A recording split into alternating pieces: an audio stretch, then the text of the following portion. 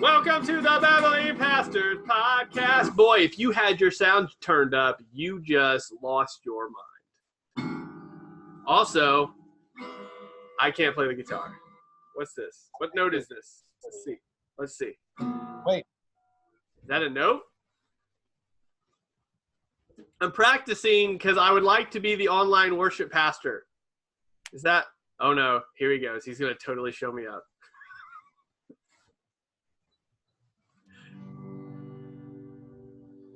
Welcome to the Babbling Pastors Podcast. That's good. Good enough. Yeah. It's good enough to listen to when you don't have anything else to listen to. Maybe not, actually. Yeah. Oh boy.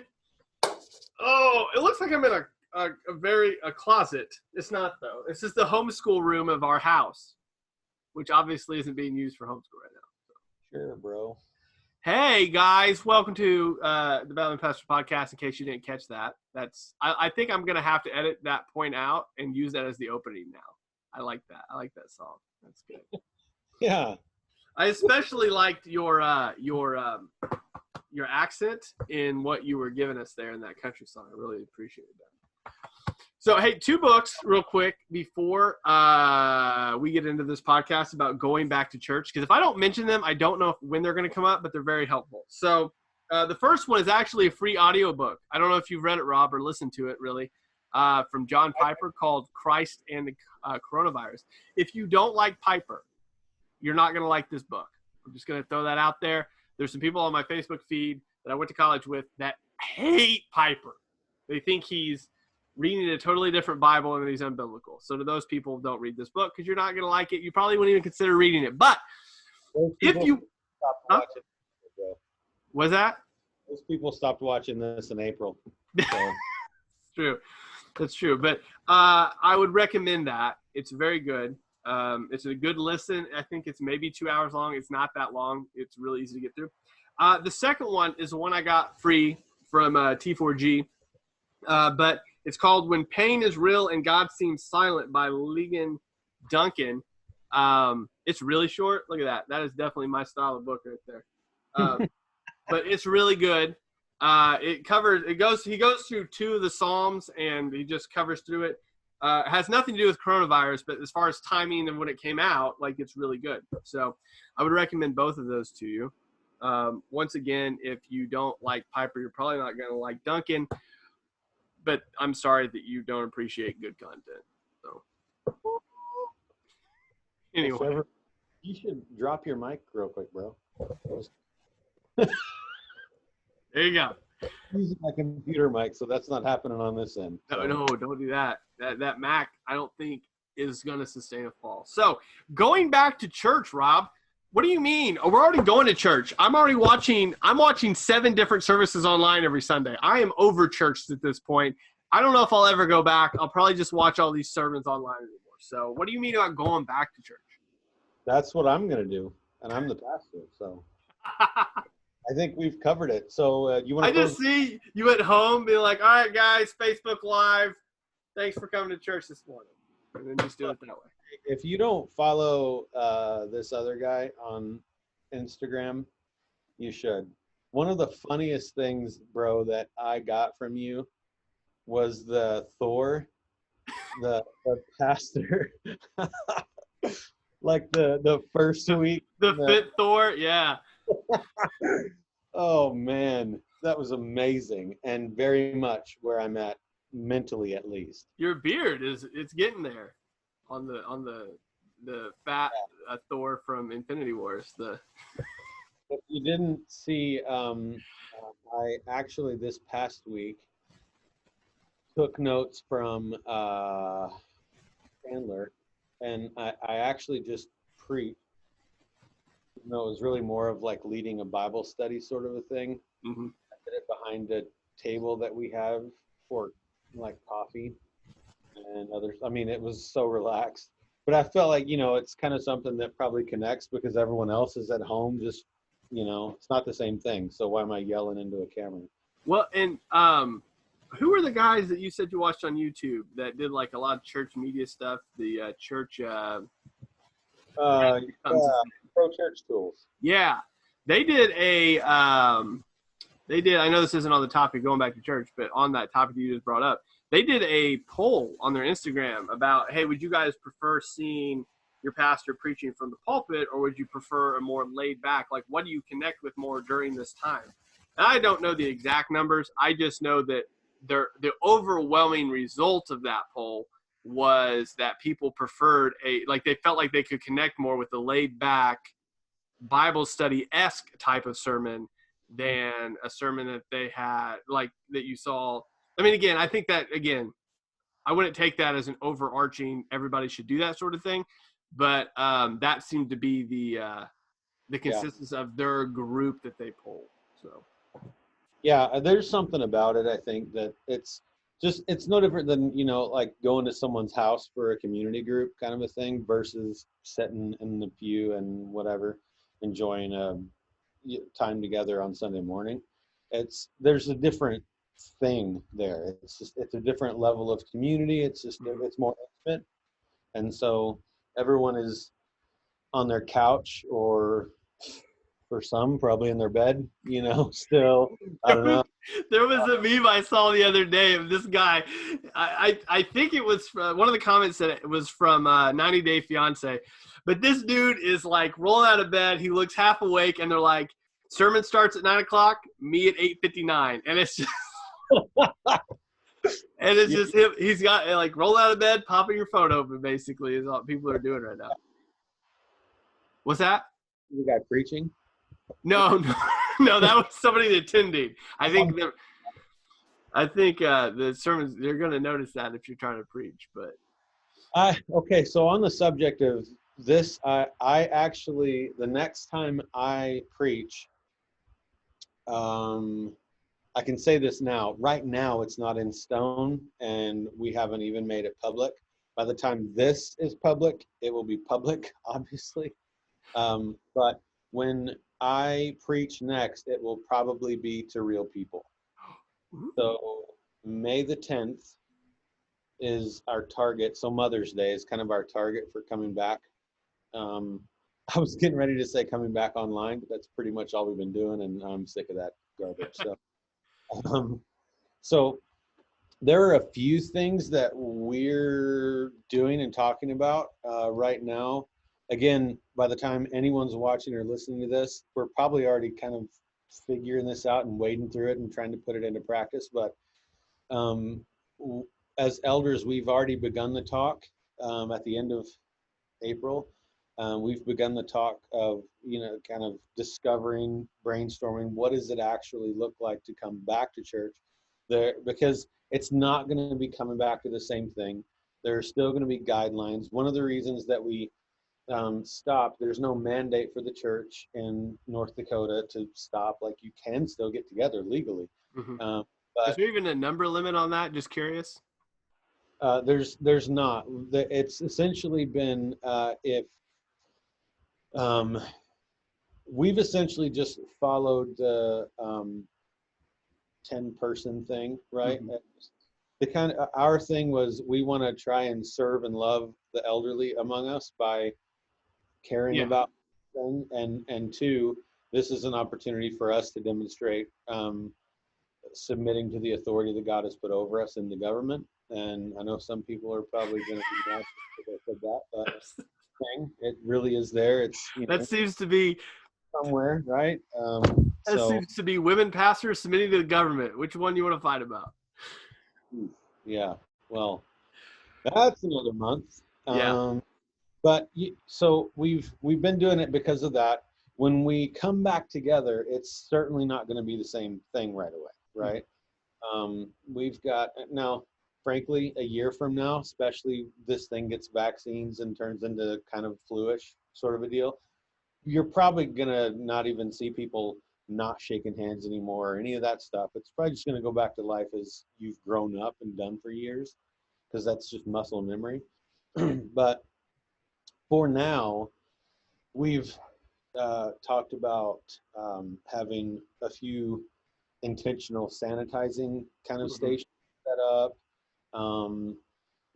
So our coffee even at the church is kind of a self-serve thing. It's on a big bar, and there are different decaf, whatever else, different whatever you want to put in it. I'm kind of a black coffee person, so I don't know all that stuff, but we're essentially going to turn those things around and have someone at that counter doing all of it, so people aren't touching all the stuff and spreading it. So we're doing a few little things like that, kind of to take precaution. And if you're a glove or mask person, that's something that we're just going to ask that you provide. Yesterday, I actually went downstairs to the, if you don't know, I have a big corner office here upstairs, so it feels really, I'm just kidding. Executive. Yeah. Yeah. Man. That humility is just growing all the time. But so I went downstairs to the sanctuary yesterday and sort of renovated how our chairs are set up a little bit. So we have chairs, not pews. Mm-hmm. And even a church, if you have chairs and not pews, I don't know, man. We're basically going to church online every week. It's no, but I just spaced the rows out a little bit from one another, rearranged a couple things, so we still have enough. I think I counted 209 chairs set up, but so some of the seating arrangement is a little bit different because of this, and the anticipation of coming back. And there will still be some people who are like, I need to be distant from people, and there are going to be people who are like, I'm not worried about this at all, so we're just going to sit together. And I don't really care, if we want to make sure that we honor the people who are worried about it. What is that noise? I don't know. That's got to be you. There's nothing on my computer. Okay, I'm shutting it off. We want to make sure that we're honoring the people who are more worried about it, and or who are more susceptible to it, even if they're not worried about it. Yeah. There's that population that's going to come back and shake your hand and not care just because they are. And that generation is really the people that you're worried about the most with COVID, and to be honest. And so, so how do we protect them as best that we can and care for them? It's going to be a learning thing that you're not going to really know until you're in the middle of it. Mm-hmm. But we're trying to kind of think of all of that as we go along. There are going to be another percentage of people who aren't comfortable showing up right away. Yeah. So we're open. So that's why at first it wasn't a big deal. It was like, put a camera in front of the stage and try and figure it out just so there's something on Sunday. But now through this process, I've had to brainstorm and think about, okay, how do we do this? You can't just have a camera up there and everybody else is already there too. Yeah. So how do we still live stream or still record and post the video after? How do we still do that stuff without being a distraction up in the front and to the people who have chosen to come back? So there's a lot of stuff. There's a lot of stuff to think about and discuss and figure out. But as far as the actual practical ins and outs of coming back to church, that's really some of the, we've talked about so we have handicap doors. So probably the greeter is going to be the only person. They're like, sometimes people slip in and they don't get to them, but it'll be more, like, be vigilant about it and make sure that you're the only person opening the doors and that kind of thing. Just little stuff that we're going to have to be mindful of, I think, for the most part. And the figuring out how to live stream or, again, record it and post it from upstairs so we're not distracting. That's been the biggest part, I think, for us. Yeah. Well, and for us, it's a lot different state-wise. Like, your state seems like it's a very much more, you guys are intelligent people, figure it out on your own. Like, it's like, it just seems like a looser regulation rule or suggestions, because it's not the law.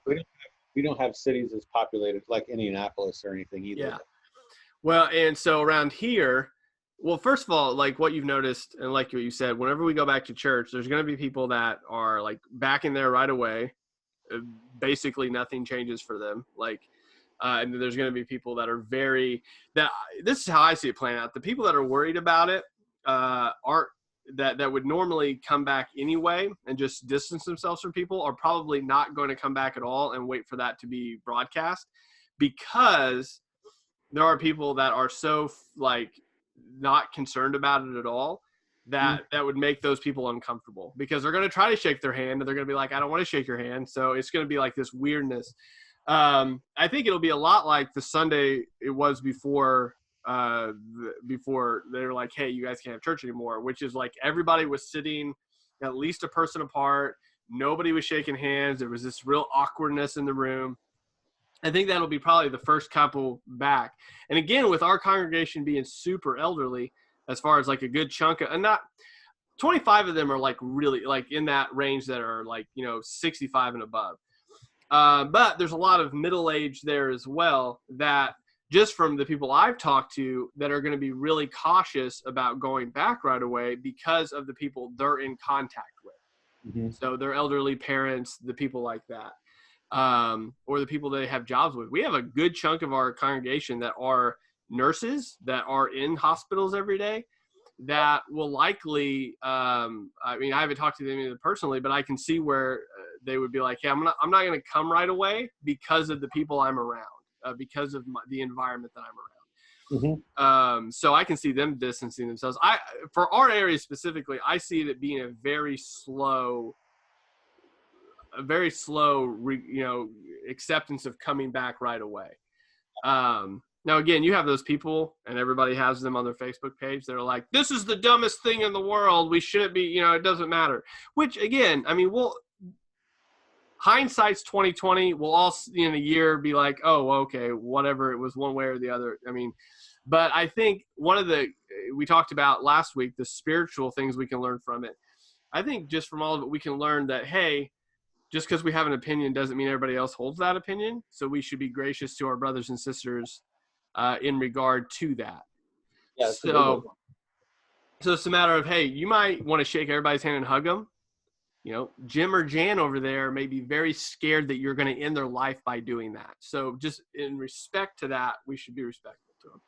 So in our area, I think now we haven't even talked logistically at all about how to record with people there. Because right now, legit, the way we rig it, I've got my DSLR like 5 feet from the pulpit. So there's no way we can do that whenever we come back.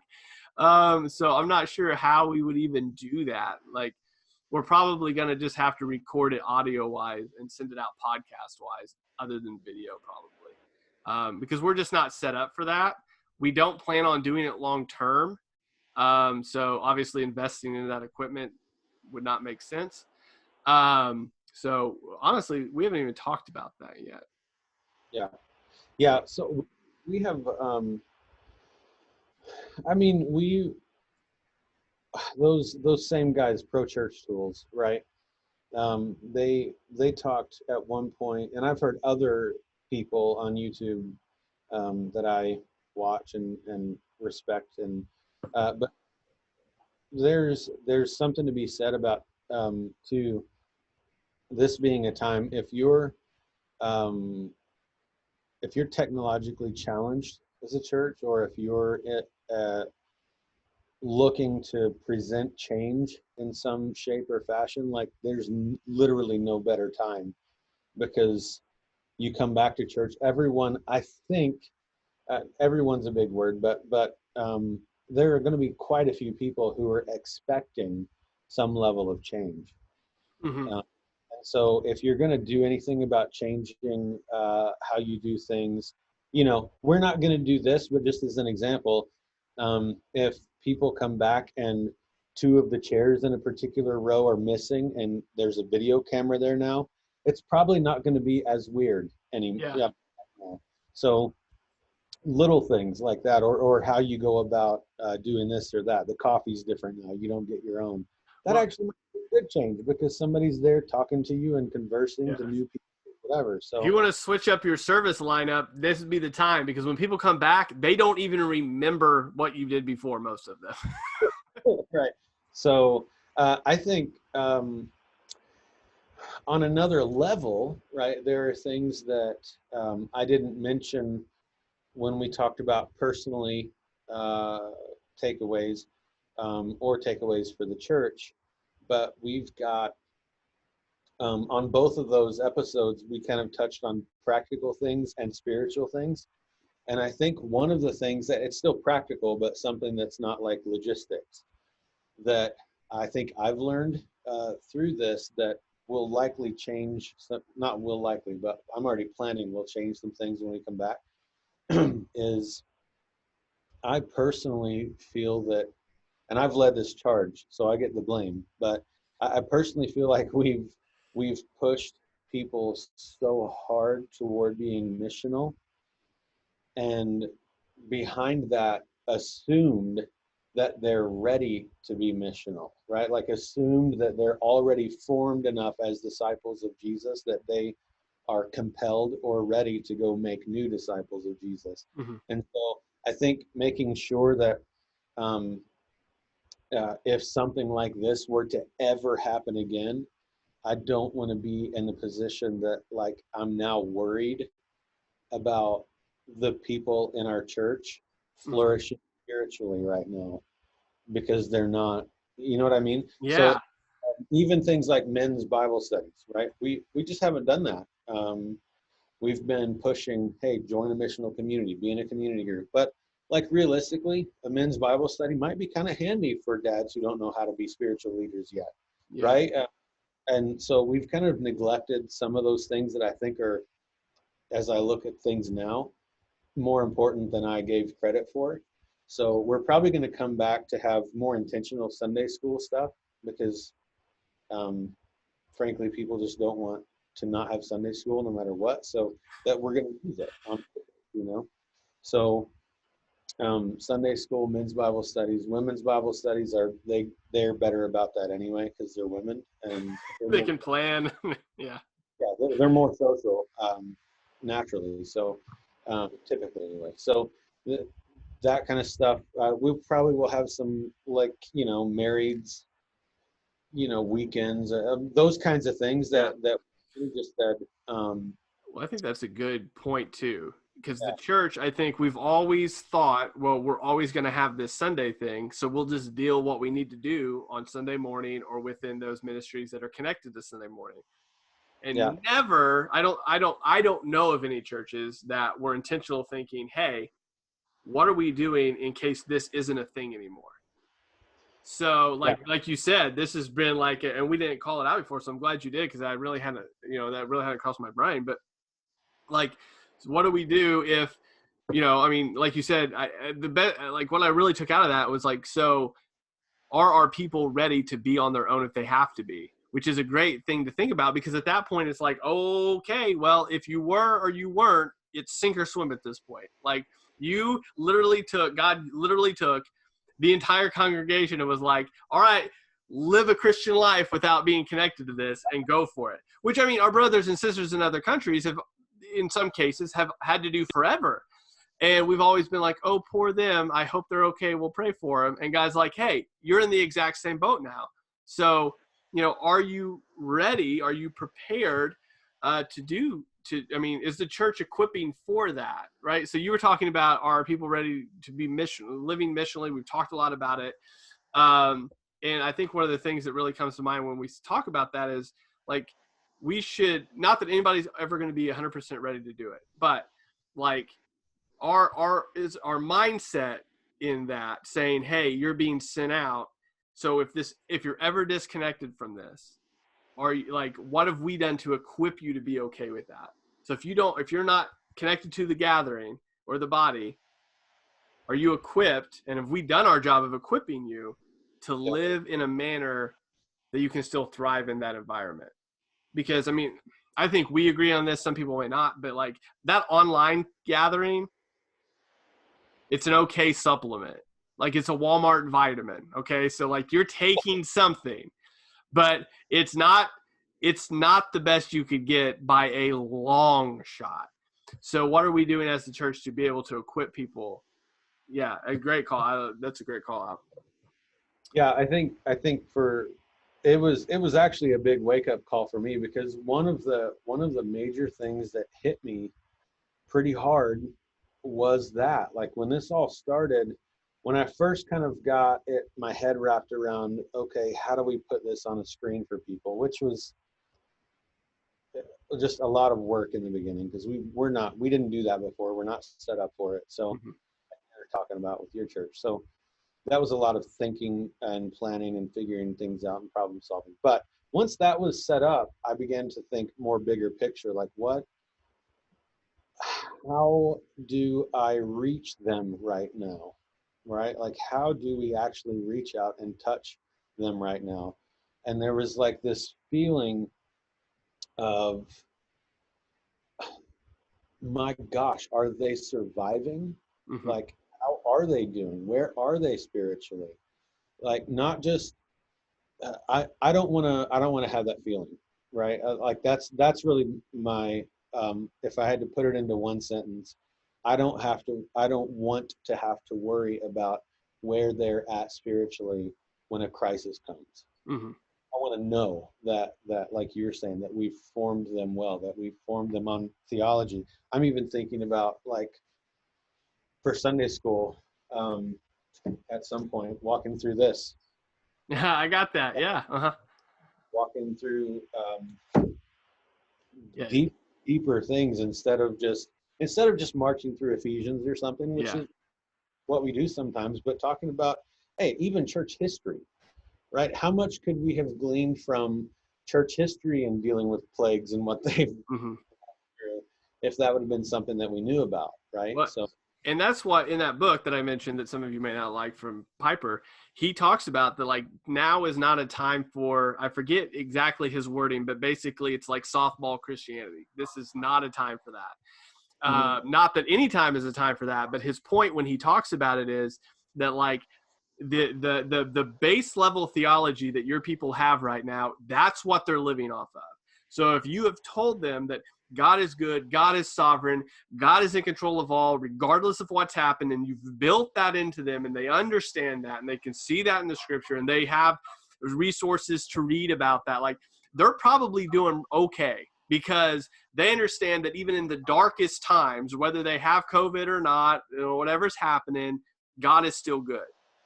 But if they've been built into God is always for you and he's going to provide all the time, and, like, it's, not that those truths aren't true, but if they've probably had a shiny bow tied upon them of, like, prosperity of some kind, like, in that case, like, God's never angry, God's always happy, God always, like all of those things, like, if that's their baseline theology, then right now they may not be doing so great, because what they're probably, and this is what I've seen from some of the pastors that are in that vein of the sermons and clips I've seen from their online services, they're still trying to give people shots of that as best as they can to level out, like, what people are living in with what they've always been taught.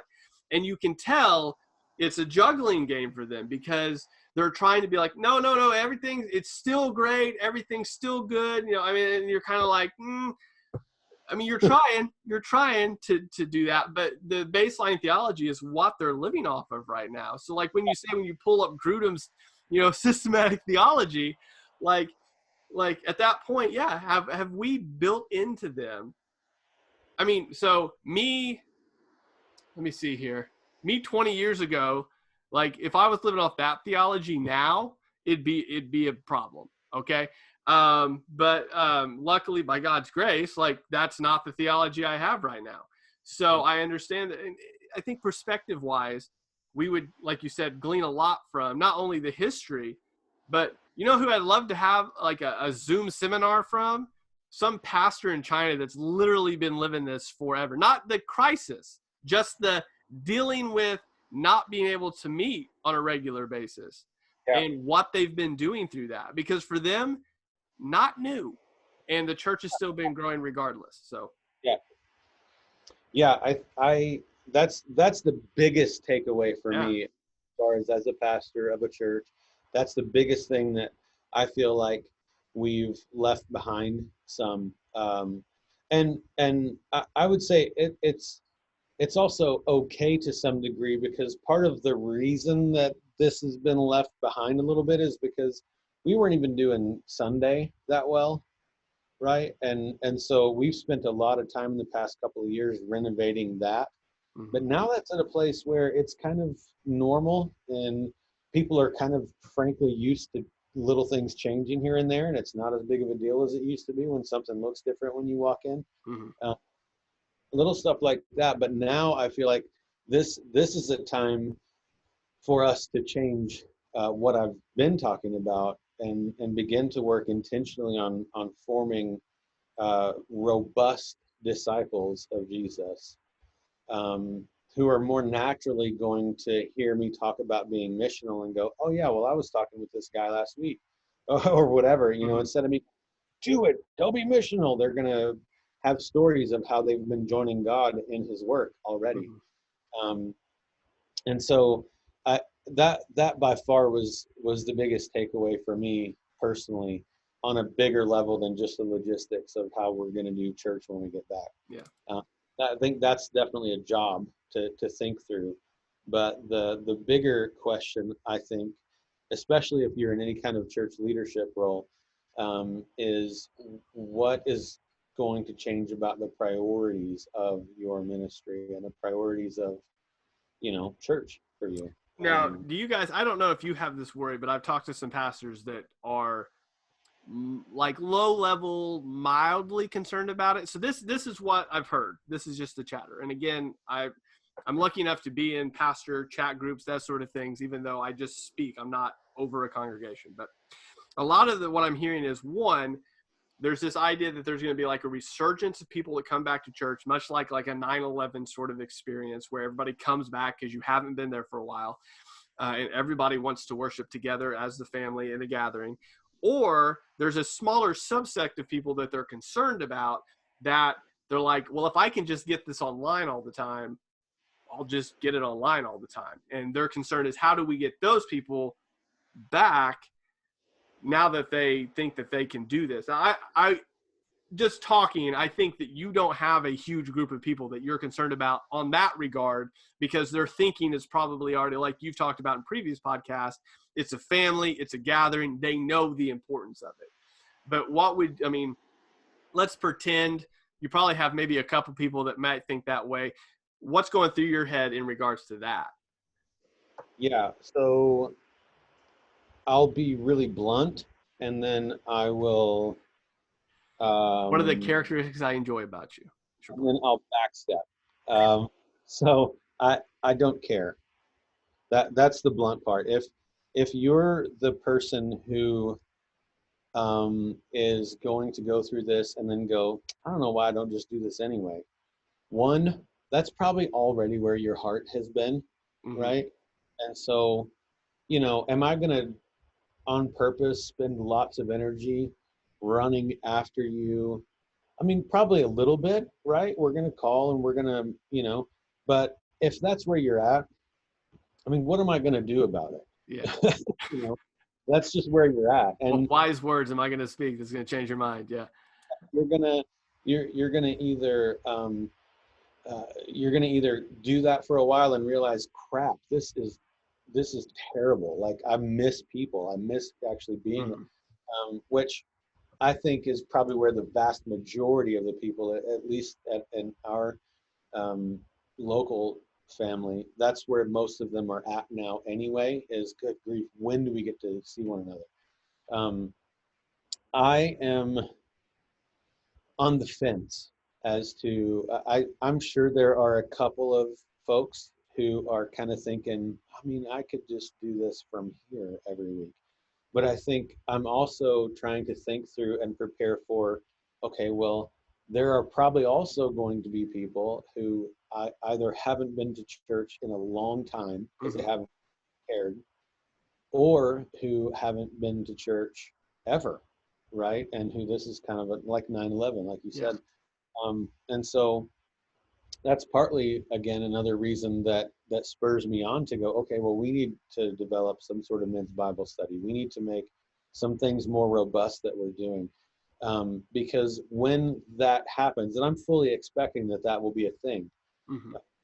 there are going to be people probably in every state when this is over who are going to go, man, I need God, even if they have no clue who God is at that point. Yeah. So what are we going to do? How are we going to prepare for a surge of 5 or 105 people who just show up? I mean, are they going to have something to be plugged into right now? No. Like for us, if we had 20 people show up, Sunday would be great for them, right? But I think what will come from this is the people that do show up are going to be probably looking for more than just Sunday. They're going to be looking to plug in and learn and figure this out, because I didn't know I had this need, but this has really sucked and it's been hard on me and I don't know what I'm doing. So that's where I think even the stuff that I've been convicted about within my own flock, that doesn't change really much about my outlook with, if we have a surge of people who are unbelievers or whatever. Well, I think that's a legitimate thing. Like I said, as far as the surge, that's what I've been hearing. Everyone sort of anticipating that, planning for that. And I think even, I don't know about your video numbers, but our video numbers kind of show that too. Like, so I joked around about the analytics. I can view the analytics, people drop off, but our view rate on the sermons we do put up are easily, it depends on the week. The first week was obviously a huge surge. That was the biggest one, but it's easily anywhere from 50 to, that's the high end, or like a 35% view rate that's higher than our normal congregation meeting number. So obviously there are more people watching than had ever come before. So it's reasonable to assume some of those people will attend.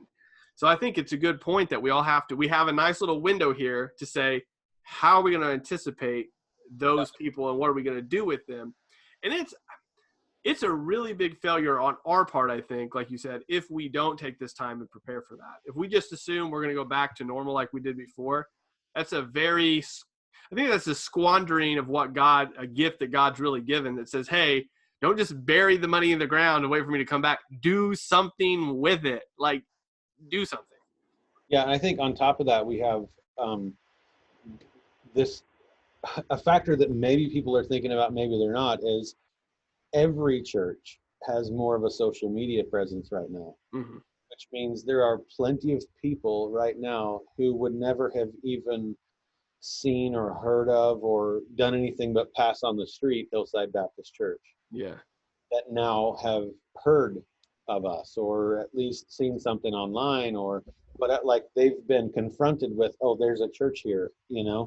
And so the more people might know you, and then you put a big plus, and then put pandemic, and people realizing oh shoot, I need to believe in something. There's something bigger than me, and whatever else. That you add those two things together, and some churches may not see a huge surge. We might not see a huge surge. It might be 4 people, but I'm fully expecting it to be something. Right. Now, on that social media thing, I didn't even think about talking about this, but when you bring that up, let me bring this up. So on my Facebook, when I'm on there, I have seen churches taking advantage of the advertise, their sermons as far as sponsored posts. So they're paying Facebook to shoot their sermon out to people, which is great. I would fully encourage that. That is a great idea.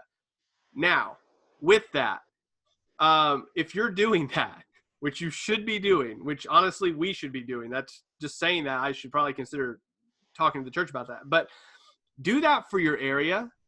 Facebook has a tool that you can say, with people within this mile range of me view this. I'm getting stuff. I live in Southern Indiana. I'm getting churches that I'm seeing their sermons that are way up, like near Michigan. You should not be targeting me. I'm never going to your church. Never, ever am I going to your church. No matter how great your sermon is, I'm not coming. That goes for all the sermons I've been seeing from New York and California. I'm not showing up, guys. So like, be wise with your media budget that says, hey, these people in this county within this mile radius, just be smart with what you're spending your money on. I don't care how good your sermon is. If you're 100 miles away from me, 50 miles away from me, I'm not coming. But Yeah. like you said, if you're going to bolster your social media presence, do it wisely. Don't just throw money at Facebook, because Sure. Yeah, I've done that twice, and it automatically will pop up with, my audience being North Dakota, mm-hmm. to which I automatically change it to Dickinson, North Dakota. Yeah. Like Bismarck is an hour and a half away, right? And in North Dakota, that's not that far, right? People go stop at the mall from here. Yeah. So, but no one's coming to our church from Bismarck. You know what I mean? And even if they did, I would recommend that they don't come anymore. Yeah. Like, find something close to you and Go join away. that family and make a difference where you live, right? So, and nothing that I say, look, if you want to hear more skilled preachers and people who know vastly more, you can find them at the drop of a hat. They were already online, right? So if there's literally very little reason, if ever, apart from God sovereignly using something that I say to reach some specific person, there's very little reason for you to join me online from Saskatchewan, right? Like it's stupid. So I agree with you completely. And I don't even want to waste that, because it also costs you money. Yeah. Every click. To like, usually it's a really small budget. I'll just do $10 or something, which is kind of, I think, what it starts with anyway. But I just put like $10 toward it and run it for a week or something. And it does not make sense for me to spend that money trying to reach people in Fargo or Minneapolis. Mm-hmm. It makes perfect sense for me to try to reach people in Dickinson with that. So I'm with you. I think it's only smart that, and it changes my media pool down to 16,000 people, I think, instead of, who knows how All many. of the state. Yeah. Good deal. All right. So anything here to end this episode as far as us going back? We've talked about what churches should do and expecting, people, a surge, even if it's a surge is one or more people. I'm not talking about hundreds. I'm talking one new person from this is still somebody you should prepare for. As well as if we're going to keep doing media streaming. So we've talked about all that. What else we got here to end this? I don't have anything. I think that I've kind of laid out what, at least for me personally, as a pastor and us as a church, and what we're kind of talking about and discussing, what we care about. One, I don't want to push baby Christians to be missional right away, if they're not even formed enough to, be potty trained spiritually. So we want to guard against that and make sure we're forming people. Two, the people who are formed but really just didn't have the umption to go and do it, like, this is probably a wake-up call, and they're maybe going to be more susceptible to doing it and to being active, which we'll capitalize on, somehow. But I think that's the biggest thing. I want this to be something that is capitalized on. It's not just something that the church goes through and then goes, oh, thank God we get to be back to normal. Mm-hmm. I don't think any church that just goes back to normal is probably, like you said, squandering, I think was a good word. It's probably taking the whole thing that God has, God is sovereign. I believe that wholeheartedly. This is something that he is in charge of, right? He's in control. I don't have to worry about, is God in control? And so if that's true, if he's in control, if he has ordained this to happen, and nothing changes about my life, my family, or my church after this, then I have completely wasted something that God has smacked us all in the face with. So spiritual formation for me, I think, for our church, and really probably more than we used to appreciate one another and the the value of community. So yeah, there's people that I don't hug that I'm probably going to hug just because you're there. So good deal. All right, guys, thank you for joining in. Hopefully some of this was helpful. I know even having these talks, there's things that I thought, oh, I wasn't going to say that, but this is good there. So hopefully you've had something come out of that. Also, send us a DM if there is anything that you've listened and you say, hey, you didn't mention this, but we did this, and I think it helps a lot. So I'd love to hear other people's ideas as well. All right, guys. What's that? send him a DM. Yeah. All right, guys. We'll talk to you next time.